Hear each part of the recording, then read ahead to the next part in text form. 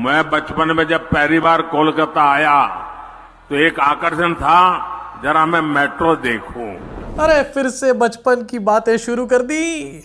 मोदी जी का जन्म हुआ साल 1950 में और कोलकाता के अंदर पहली मेट्रो चली साल 1984 में। अगर 84 में से 50 माइनस कर दूं तो 34 साल के थे मोदी जी जिस टाइम पर कोलकाता में मेट्रो शुरू हुई। अरे 34 साल में कौन आदमी बच्चा होता है? हाँ होते हैं रणवीर सिंह जैसे कुछ लोग, लेकिन 34 साल में रियलिस्टिकली अगर बात करी जाए तो कोई भी इंसान बच्चा नहीं हो सकता। अरे 34 साल में लोगों का बच्चा होता है। बात तो सही है। और यार ये क्या ऑब्सेशन है, जहां पर भी जाते हैं बचपन से अपना रिश्ता जोड़ लेते हैं। काफी समय पहले मोदी जी ये सब चीजें करते थे, उसके बाद बीच में करनी बंद कर दी थी, लेकिन ऐसा लग रहा है ये ऑब्सेशन फिर से एकदम से वापस आ गया कहीं से। अब जहां पर एक तरफ मोदी जी कोलकाता गए और मेट्रो के बारे में इन्होंने अपनी मेमोरीज शेयर करी और ये बताया कि 34 साल के बच्चे थे, वो सो इमेच्योर। वहीं उसके बाद मोदी जी कश्मीर भी गए और कश्मीर में जाकर के सबसे पहले क्या किया, स्टेज के ऊपर चढ़ के वहां के गवर्नर को उनकी सबसे पहले औकात दिखा दी। जी हाँ, क्यों?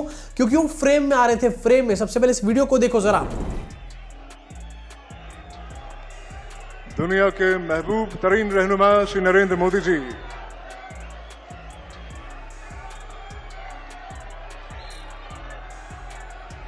हमारी खुशनसीबी है,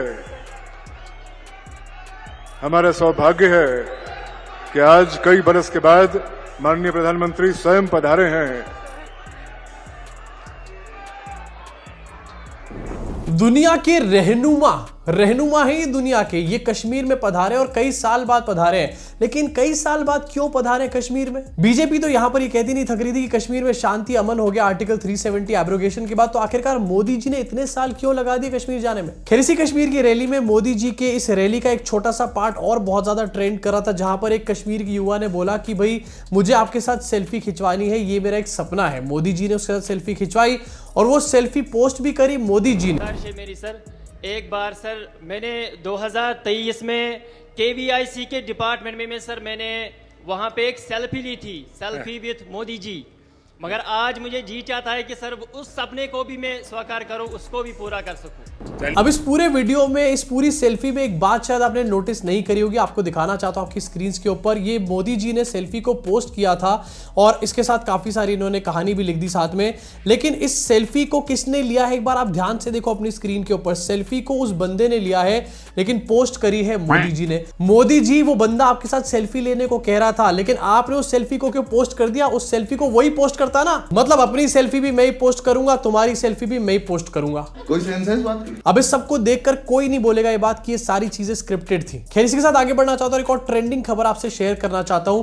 SBI जो कि अभी तक 1 घंटे के लंच पे जाती थी, ऐसा लगता है कि जिंदगी भर की उनकी छुट्टी होने वाली है, क्योंकि सुप्रीम कोर्ट की तरफ से काफी करारा उनको तमाचा पड़ा है। अपनी स्क्रीन पे देखिए, इलेक्टोरल बॉन्ड को लेकर के SC जो है वो SBI पर चलाएगा अवमानना का केस, यानी कि कंटेम्प्ट ऑफ कोर्ट का केस चलाया जाएगा SBI के ऊपर और 11 तारीख से इसकी प्रोसीडिंग्स भी शुरू हो जाएंगी। आपको थोड़ी सी डिटेल्स और देना चाहता हूं। यहाँ पे CJI चंद्रचूड़ काफी ज्यादा इस टाइम पर एक्शन में नजर आ रहे हैं। SBI ने इलेक्टोरल बॉन्ड की जानकारी देने के लिए SC से समय मांगा था। CJI चंद्रचूड़ ने कहा कि हम SBI के खिलाफ अवमानना का मुकदमा चलाएंगे। और जाओ 1-1 घंटे के लंच पे लग गई ना लंका। आपको थोड़ी सी और डिटेल बता देना चाहता हूं कि एक्चुअली में ये सब हुआ कैसे हुआ, इसलिए क्योंकि SBI ने समय मांगा था। उसके बाद ADR ने कंटेम्प्ट ऑफ कोर्ट की प्ली फाइल करी सुप्रीम कोर्ट के अंदर और प्रशांत भूषण जो कि ADR को रिप्रेजेंट कर रहे थे, उनके द्वारा ये कहा गया कि 11 तारीख को SBI की जो मांग थी समय और जिसमें उन्होंने मांगा था उसको सुना जाएगा, उस मांग को, उसके साथ इस कंटेम्प्ट वाली प्ली को भी सुना जाए। ये बात प्रशांत भूषण ने बोली थी और इसी रिगार्ड्स में यहाँ पर CJI चंद्रचूड़ ने ये बात बोली कि please send me an email, I will pass the order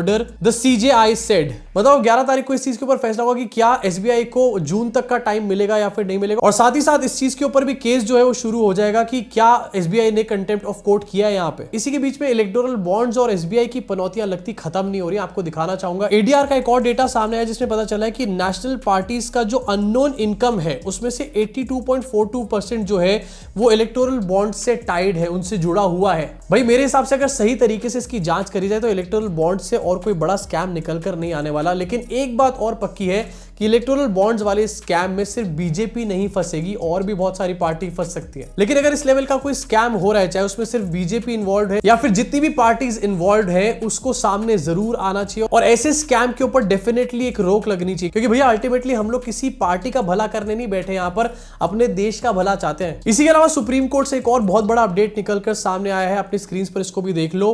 धारा 370 खत्म किए जाने की आलोचना करना और पाकिस्तान को स्वतंत्रता दिवस की बधाई देने को अपराध नहीं माना जाएगा। मतलब अगर आप आर्टिकल 370 एब्रोगेशन को क्रिटिसाइज करते हो स्टेप को, तो इस चीज को यहां पर अपराध नहीं माना जाएगा, आपके ऊपर कोई भी कानूनी कार्रवाई नहीं हो सकती। इसके अलावा अगर आप पाकिस्तान को हैप्पी इंडिपेंडेंस डे विश करते हो तो उसमें भी आपके ऊपर कोई आपराधिक कार्रवाई नहीं होने वाली है। अब ये सुन के पाकिस्तान को विश मत करने बैठ जाना, क्योंकि अपराध तो नहीं होगा, लेकिन भैया सोशल मीडिया पे जूते बहुत बजेंगे। इसी के साथ आगे बढ़ना चाहूंगा और बात करना चाहूंगा कि मोदी जी ने एक विमेंस डे गिफ्ट दिया है। जी हां, आज है वर्ल्ड विमेंस डे और इस खुशी में सारी जो महिलाएं हैं, जो हमारी सब्सक्राइबर्स हैं, हमारी फैमिली में है, उन सब लोगों को आज के दिन की बहुत बहुत शुभकामनाएं। लेकिन मेरे हिसाब से ये सिर्फ एक ही दिन नहीं बल्कि पूरे साल होना चाहिए, इसलिए मैं बहुत ज्यादा विश नहीं करता इस पे लोगों को। लेकिन इसके ऊपर मोदी जी ने एक बहुत तगड़ा स्टीरियोटाइप क्रिएट कर दिया। अपने स्क्रीन पर इसको देखिए, PM Modi's women's day gift, PM Modi announces ₹100 cut in cooking gas cylinder prices on women's day.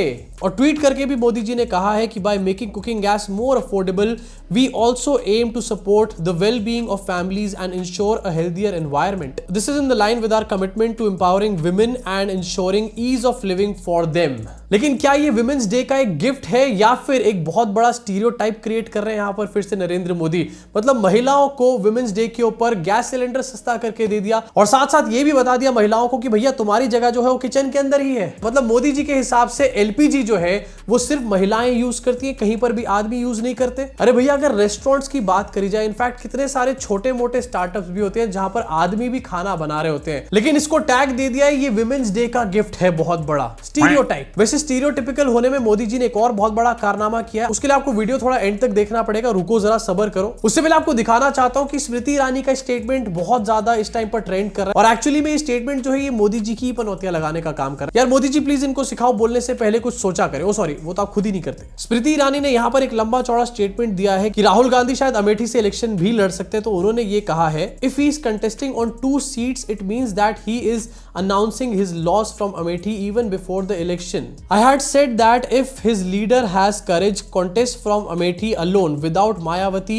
Akhilesh Yadav, the truth will come out. अब स्मृति चाची के हिसाब से अगर 2 सीट से कोई भी बड़ा नेता इलेक्शन लड़ रहा है तो इसका मतलब ये कि वो 1 सीट उसमें से हार सकता है, वो श्योर नहीं है, पहले ही उसने अपनी हार डिक्लेयर कर दी। लेकिन आपको याद दिलाना चाहूंगा, स्मृति चाची 2014 में हमारे चाय वाले चीचा ने भी 2 सीट से चुनाव लड़ा था। इसीलिए कहते हैं कि बोलने से पहले सोचना जरूरी है और आप तो भैया बोला मत करो, वही ज्यादा अच्छा है, नहीं तो अपनी पनौतियां लगाते हैं। इसके साथ आगे बढ़ना चाहूंगा और क्रिएटर्स अवार्ड की बात तो भी हम लोग करेंगे जिसमें काफी ज्यादा जोखम जोखी हुई है, लेकिन उससे पहले बात करना चाहूंगा आईएसएल के बारे में, जहां पर एलवीश यादव की भैया काफी ज्यादा खिंचाई हो रही है और उन्होंने जो वहां पर क्रिकेट खेला है, अजूबा क्रिकेट, उसकी तो खिंचाई हो रही है, लेकिन उसके अलावा उनको एंटी हिंदू का टैग दे दिया गया है पूरा। सबसे पहले आपको एलवीश यादव की बॉलिंग के कारनामे में आपको दिखाना चाहता हूं, अपनी स्क्रीन पर इसको देखिए। हो सकता है कि ये स्क्रिप्टेड हो, टीआरपीस के लिए हो, लेकिन भैया फनी बहुत ज्यादा है। Sachin Tendulkar is captain, anything can बोला होगा कि जरूर कुछ ना कुछ सोच के बोला होगा। ये क्या है, ये कहां से फेंका, मतलब पीछे से?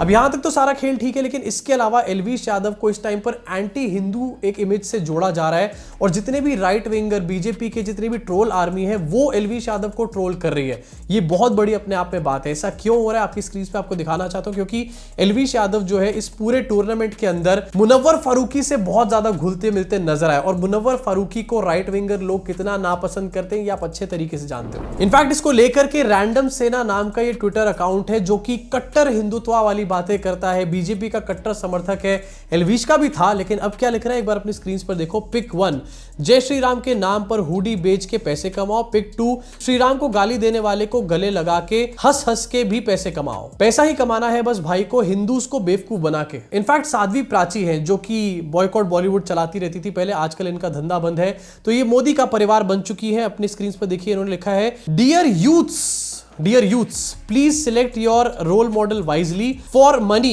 some of them promote betting apps. For fame, some of them shouts Jai Shri Ram and then smiles with Ram Drohi. And as an influencer, you should take care of everything because your action is influencing many youths. इसके अलावा random सेना का एक छोटा सा audio clipping है, इसको भी जरा आप सुनो। एल्विश यादव, आपको मुनव्वर फारूकी के साथ गले मिलके करना है तभी चैरिटी शो सक्सेसफुल होगा क्या? बॉलिंग ये वो क्या बोलते हैं, बॉलिंग ऐसे ही नहीं हो सकती थी नॉर्मली? क्या घुलना मिलना जरूरी था? क्या बैक एंड में जाके बोलना जरूरी था कि मुनव्वर भाई बहुत अच्छा बॉलिंग बैटिंग किए? आपको नहीं पता था कि आपकी ऑडियंस कितना एल्विश आर्मी कितनी लड़ी है मुनव्वर के फैन से? चलो, क्रिएटर्स की बात शुरू हो ही चुकी है तो बात करना चाहता हूं एक और बहुत बड़े इवेंट के बारे में, national creators award. Modi ji ने कल इसका अपडेट दिया था और ये कहा था कि नेशनल क्रिएटर्स अवार्ड में मैं अवार्ड दूंगा अलग अलग लोगों को।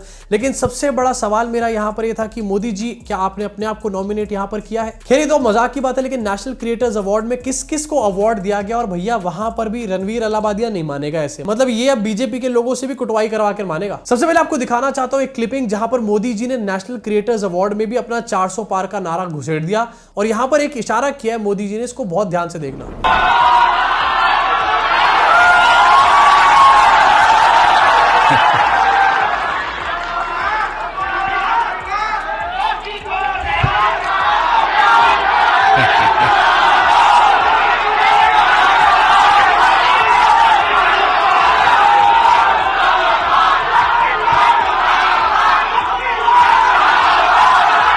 अपनी स्पीच शुरू करने से पहले मोदी जी ऐसे कर रहे हैं, मतलब लोगों को खुद यहां पर प्रॉम्प्ट कर रहे हैं कि वो अब की बार 400 पार का नारा लगाएं। उसके बाद जो अब की बार 400 पार के नारे लगाने वाले हैं ना, मुझे पता नहीं वो कौन से क्रिएटर है। वैसे डेफिनेटली ये जो क्रिएटर्स आए हुए थे ये बीजेपी के चमचागिरी वाले क्रिएटर्स हो सकते हैं, लेकिन जो नारेबाजी कर रहे थे ऐसा लग रहा था वो बीजेपी के अपने कोई कार्यकर्ता थे जिनको क्रिएटर बना के यहां पर घुसेड़ दिया। अब इसी में आपको दिखाना चाहता हूं आपकी स्क्रीन के ऊपर, अभी एंड न्यू को नेशनल क्रिएटर्स अवार्ड मिला है। मतलब ध्रुव राठी को क्रिटिसाइज करने के लिए मोदी जी ने अभी एंड न्यू को यहां पर नेशनल क्रिएटर्स अवार्ड दे दिया। वाह, तालियां हो जाए भैया इनके लिए। इसके अलावा रणवीर अलाहाबादिया को बेस्ट पॉडकास्टर का यहां पर नेशनल क्रिएटर्स अवार्ड मिला है। और एक बात सुनो भैया, ये आदमी को जरा चुप करो। आपके साथ पॉडकास्ट करने का मूड हो रहा है सर। अरे वाह चलिए, मूड तो हरे के बहुत होते हैं भाई। मूड तो हर एक के बहुत होते हैं, मोदी जी यहां पर कह रहे हैं। मोदी जी ने एक्चुअली में मना किया है, लेकिन मोदी जी मना करने का तरीका थोड़ा सा कैजुअल है। इसके अलावा मैं आपको दिखाना चाहता हूं कि कितने स्टीरियोटिपिकल है मोदी जी। कोई महिला है तो उसके लिए गैस सस्ती कर दो, क्योंकि महिलाओं की जगह तो किचन में है। अगर कोई पतला आदमी है तो उसके पतलेपन पे थोड़े से मजाक बना दो, उसकी बॉडी शेमिंग कर दो, ये कह दो कि भैया कुछ खाया पिया कर। अपने स्क्रीन पर देखिए इस वीडियो को। मल्हार, ये जो लोग क्रिएटर्स हैं ना, उसमें कुछ लोग वो भी हैं जो क्या खाना चाहिए वो भी कहते हैं।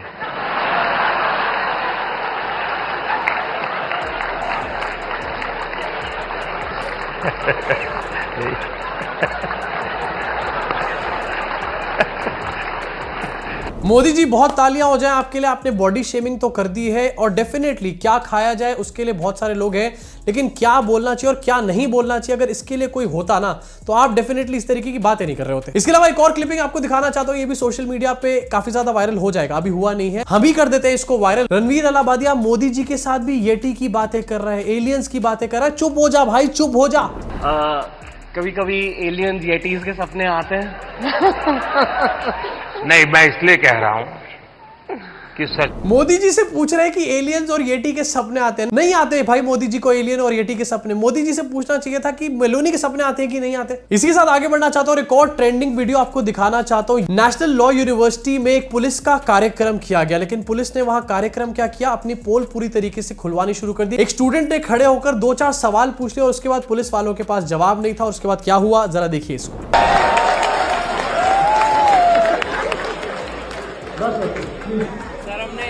सर हमने इतना बड़ा ये कार्यक्रम देखा नशा मुक्ति अभियान का, और यूनिवर्सिटी नशे का सबसे बड़ा एपी सेंटर है। सर आज हम 5 यूनिवर्सिटी के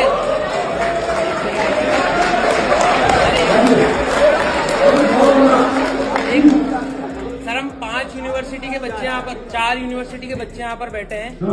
आज गांजा मिलना या फिर कोई नशे की सामग्री मिलना, टॉफी लॉलीपॉप जितना आसान है मिलना, तो एक फर्स्ट ईयर का या सेकंड ईयर का बच्चा गांजे के डीलर को ट्रेस कर सकता है या ट्रैक कर सकता है, तो पुलिस क्यों नहीं कर पाती?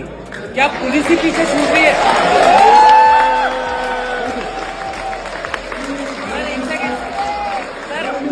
Sir let me complete.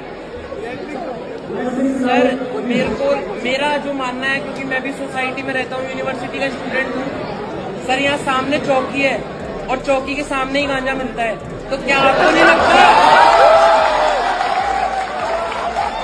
Sir, क्या आपको नहीं लगता कि ये पुलिस की नाकामी है? मत कराया करो भैया इस तरीके के कार्यक्रम, और वो भी खासकर से उन स्टूडेंट्स के साथ जो कि लॉ की पढ़ाई कर रहे हो, क्योंकि वो सवाल पूछेंगे तुम जवाब दे नहीं पाओगे और फिर इसी तरीके से सोशल मीडिया पे छीछा लेदर होती रहेगी। इसी साथ जाते जाते आपको अंबानी अपडेट देना चाहता हूं। जी हां, अंबानी अपडेट, क्योंकि इनका खत्म नहीं हुआ अभी। आज सुबह उठ के मैंने एक अपडेट देखी और मैं पूरी तरीके से चकरा गया, और फिर मैंने सोचा कि मैं अकेला क्यों चकराऊं, आप भी मेरे साथ चकराओ। अपने स्क्रीन पर इसको देखिए। Reliance industries chairman and MD Mukesh Ambani along with his family at the pre wedding celebrations of Anant Ambani and Radhika Merchant इन जामनगर। भैया इनका खत्म नहीं होगा, 100-200 साल बीत जाएंगे, यहां से इंसान की प्रजाति खत्म हो जाएगी, वापस हमारी धरती पर डायनासोर आ जाएंगे, लेकिन इनकी प्री वेडिंग तभी भी चल रही होगी। खैर अभी के लिए इस वीडियो में सिर्फ इतना ही। अब आपका क्या रिएक्शन है अंबानी की प्री वेडिंग के ऊपर, आपका क्या रिएक्शन है इसके ऊपर तो भड़ास निकालना। साथ में नेशनल क्रिएटर्स अवार्ड, ये नेशनल क्रिएटर्स थे या फिर बीजेपी क्रिएटर्स अवार्ड थे, इसके बारे में भी अपनी भड़ास पूरी तरीके से कमेंट सेक्शन में निकालना। और हां, अगर आपने चैनल को सब्सक्राइब करके बेल आइकन नहीं दबाया तो दबा दो, नहीं तो कहीं ऐसा ना हो कि मैं भी अगले साल यहां पर मोदी जी से ये नेशनल क्रिएटर्स अवार्ड ले रहा हूं। मजाक कर रहा हूं। अभी के लिए सिर्फ इतना ही। मुलाकात होगी आप सब लोगों से इस चैनल के अगले वीडियो में।